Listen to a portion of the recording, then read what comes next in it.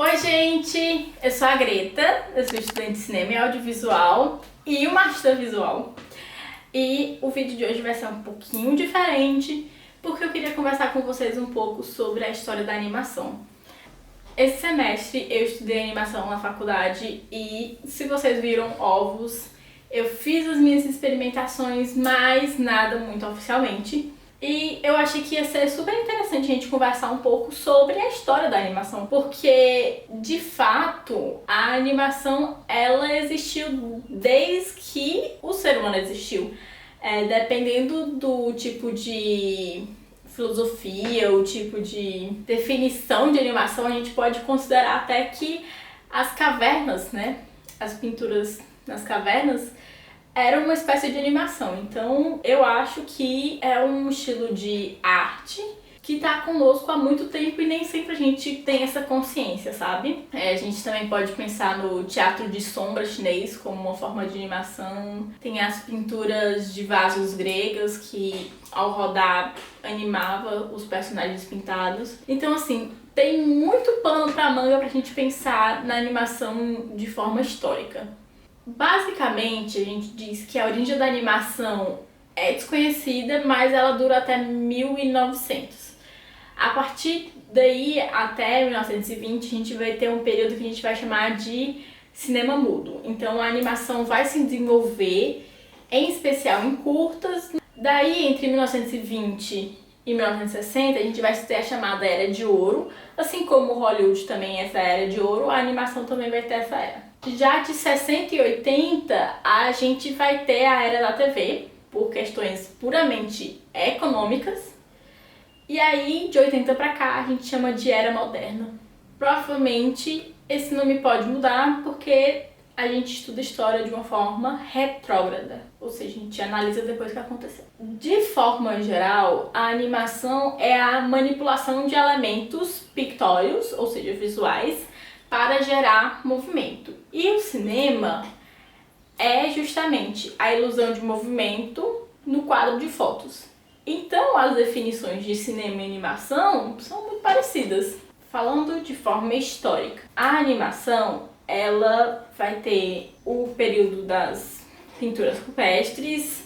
A gente vai ter no Egito Antigo, nas colunas dos templos egípcios, a gente vai ter animações, a gente vai ter também nos vasos gregos, mas também tem certas colunas na Grécia Antiga que imitam as colunas egípcias, que mostravam uma história ao redor da coluna. Então você andava pela coluna e a história acontecia. No século XVII, a gente vai ter a lanterna mágica ou o teatro de sombra chinês. A gente precisa pensar numa forma assim, menos eurocêntrica.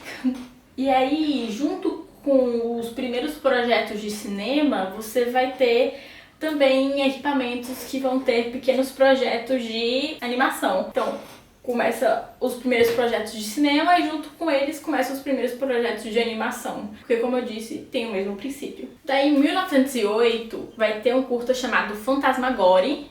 O nome é Emily Cohen. E aí a gente marca esse filme de 1908, Fantasmagorie, como o marco inicial da animação. Obviamente era um curta, ninguém estava fazendo longa nesse momento. A gente começa o cinema mudo, onde a gente vai ter McKay como um dos primeiros a fazer experimentações e definir um método de fazer animação em massa. Eu acho importante sempre ressaltar que o cinema, ele acontece junto com o desenvolvimento de várias fábricas. Então, o cinema vai pensar em como produzir um filme em massa, assim como uma fábrica. E aí você considera que existe um método para algo no cinema quando você tem um método de uma fábrica. E é por isso que a gente dá ao McKay o método da animação, porque ele criou como se fosse uma fábrica de fazer animação. No Brasil, a gente vai ter a animação O Kaiser, de Álvaro Martins, só que foi completamente destruído. A gente não tem nem ideia do que tinha nessa animação. Muito rapidamente, a gente chega na Era de Ouro do cinema e da animação, que aí a gente começa tudo com o lançamento da Branca de Neve, do Walt Disney, que é considerado o primeiro longa de animação. Existe uma animação argentina que deveria ser a primeira animação, mas houve um atraso na produção e eles não ganharam o título, então Disney ganha mais alguma coisa.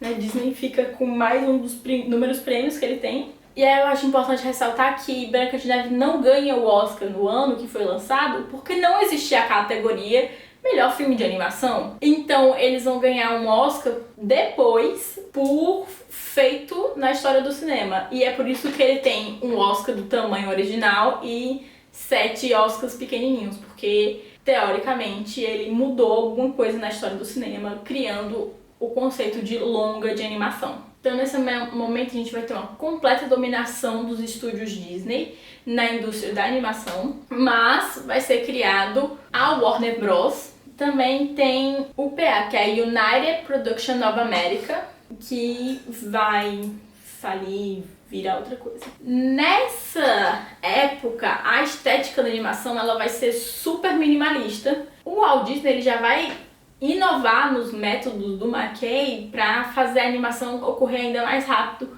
com as pinturas em acetato e o fundo infinito. O Walt Disney, assim, né, dominando mercados desde sempre.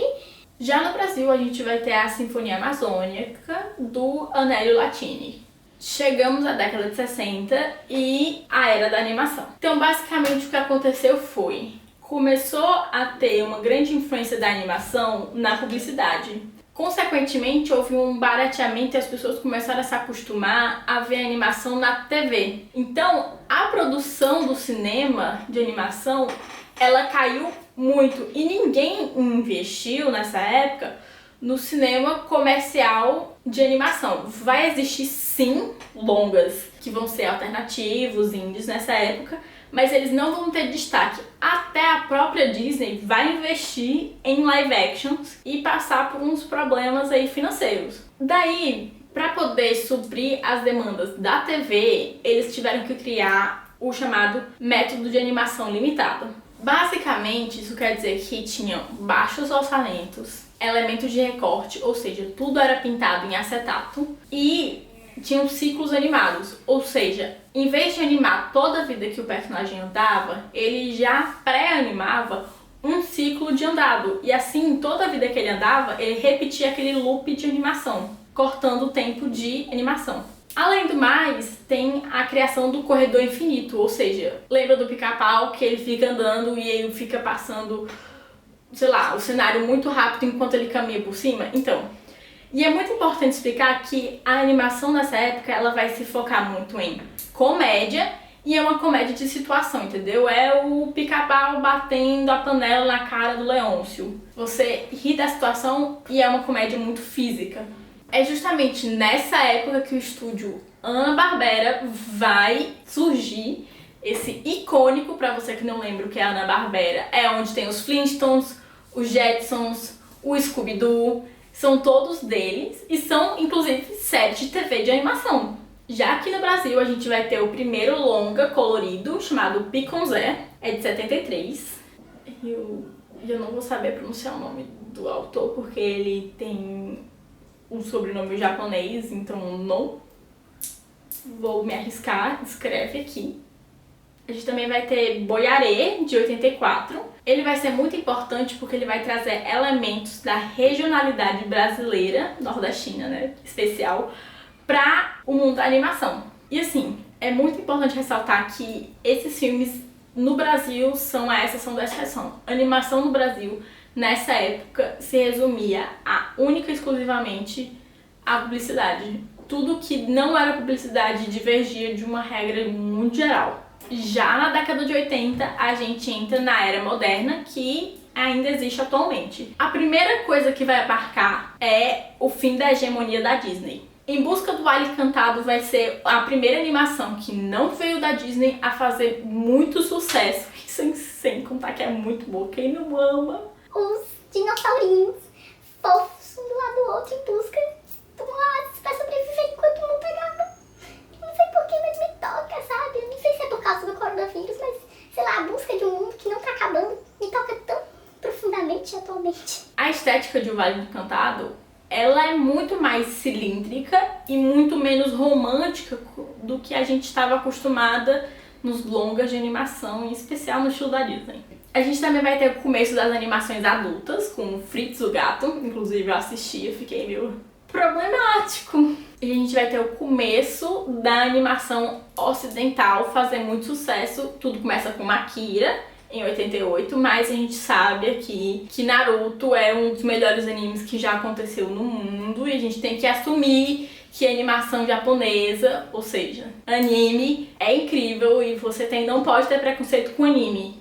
Eu queria falar um negócio sobre animação adulta, sobre Fritz o Gato, porque tipo assim, se não fosse as animações adultas, tipo Fritz o Gato, a gente não teria BoJack Horseman e Rick e Morty, tá? E Big Mouth, que são as minhas animações favoritas adultas. Essas são as animações que eu ouço, só essas mesmo, porque eu não aguento mais animação de criança, nem anime, perdão a todos os envolvidos. Mas outra mudança muito importante foi que a gente saiu do método 2D pro 3D, e a gente tem que falar do Toy Story, que foi o primeiro longa de animação 100% 3D, e a Pixar, que agora é da Disney, então meio que a hegemonia da Disney não morreu tanto assim, né? Em 1990 a gente já vai ter uma animação que vai apelar para diversos públicos. Então, como eu disse, vamos ter animações para adultos, para jovens, falando de tudo que é possível. Então, hoje em dia a animação é para todo mundo. E também tem uma coisa muito importante que você já ouviu falar na sua aula de geografia do fundamental, que é a distribuição e terceirização do trabalho. Os grandes estúdios, eles hoje terceirizam o trabalho de animação para estúdios menores ao redor do mundo, em especial a América do Sul e a África. O Simpsons, por exemplo, que começou como uma série 100% americana, hoje em dia o Simpsons é animado na Coreia do Sul. E é muito legal porque, por exemplo, o Brasil ajudou a animar inúmeros filmes da Disney e a gente não sabe disso. Então é isso, gente. Tem animação pra todo mundo ajuda a fazer as animações. E se você quiser ser um animador, esse não é o canal, porque eu não faço muita ideia de como animar de verdade. Eu tô aqui no stop motion e... Eu também acho importante ressaltar que essa animação que eu tô falando não é animação stop motion. Por mais que no começo elas se parecessem, aqui a gente tá falando dos estúdios de animação, né? Desenhada. Mas a gente vai ter animações de stop motions muito fodas, como Coraline, como o Fantástico Senhor Raposo. O Rato do Castelo Rá-Tim-Bum. Caramba, o Rato do Castelo Rá-Tim-Bum é tudo da minha vida. Tchau preguiça, tchau sujeira, até o cheirinho de suor. É isso, gente. Essa foi a minha breve história da animação. Eu espero que vocês tenham gostado, porque eu aprendi tudo isso e eu precisava compartilhar com as pessoas, entendeu? Se inscrevam no canal, ativem os sininhos para receber notificações.